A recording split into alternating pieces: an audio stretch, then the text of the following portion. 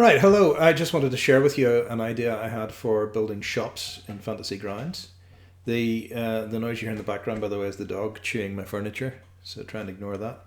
But in order to build a shop, you could use the locations extension that was available for a while, but it's no longer available. Fantasy Grounds may a version away from that thing, and it might not work in the future. So I thought, using vanilla Fantasy Grounds, what can we do with a shop? Now, there's only one extension running in this, and it's the big fonts extension. It just makes it a bit easier to see the text. It makes tables uh, not work very well, but it should suffice for this demonstration.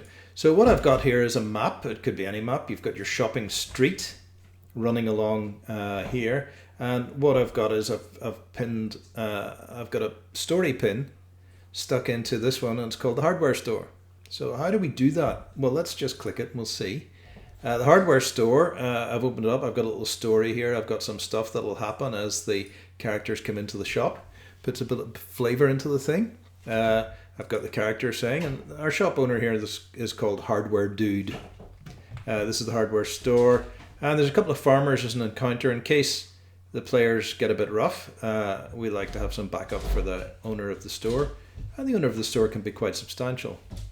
Now you say, well, that's fine. Anybody could do that, and that's easy enough. But where's the stock of the store? And you think, well, okay, this is an NPC, but this is an NPC with a difference because I've created this NPC using a character sheet. And a character sheet has an inventory. So I can put the entire stock of the shop in this inventory. This is the big fonts thing, so don't worry about that. When you switch off big fonts, you don't get this clipping going on. But it makes it a bit easier to see. So I've got my inventory. I've got how many of everything he's got in the shop. You can, if you want, locate different items in different parts of the shop.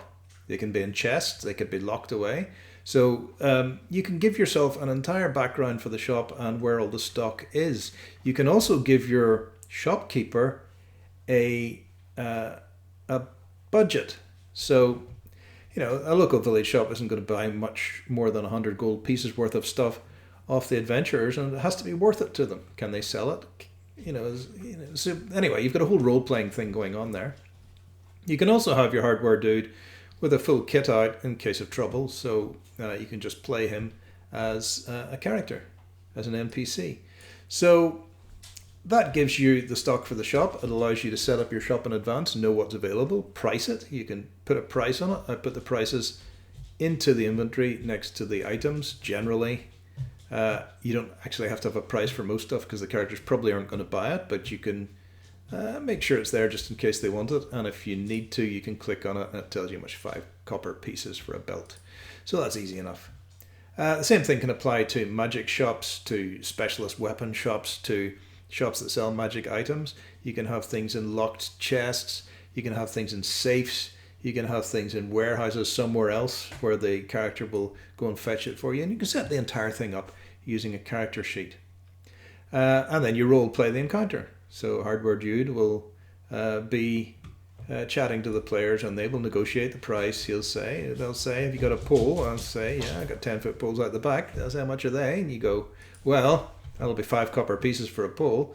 And they'll say, we'll take 10 for 2 copper pieces and you can sell them. No problem. And that's that done.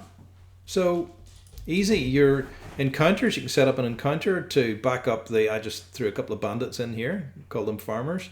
They back up the owner of the shop if necessary. You can stick in summoned encounters in a magic shop if the owner of the shop is a mage, and you can give the mage lots of spells. So you can really build up a genuine role-playing encounter for a store. And I think that's kind of nice.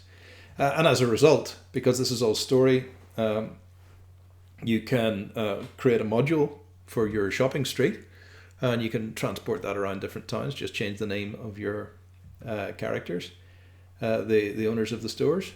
And the other nice thing about this is just for a very easy transport between